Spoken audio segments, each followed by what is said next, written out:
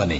اور اے پیغمبر صلی اللہ علیہ وآلہ وسلم، یہ بھی ان سے کہہ دو کہ اگر یہ لوگ سیدھے رستے پر رہتے تو ہم ان کے پینے کو بہت سا پانی دیتے تاکہ اس سے ان کی آزمائش کریں، اور جو شخص اپنے پروردگار کی یاد سے منہ پھیرے گا وہ اس کو سخت عذاب میں داخل کرے گا۔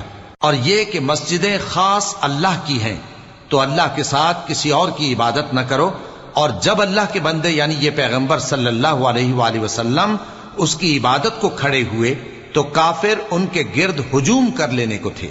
اے نبی صلی اللہ علیہ وآلہ وسلم، کہہ دو کہ میں تو اپنے پروردگار ہی کی عبادت کرتا ہوں اور کسی کو اس کا شریک نہیں بناتا۔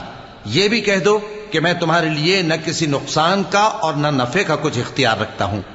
یہ بھی کہہ دو کہ اللہ کے عذاب سے مجھے کوئی پناہ نہیں دے سکتا اور میں اس کے سوا کوئی جائے پناہ نہیں پاؤں گا۔ ہاں، اللہ کی طرف سے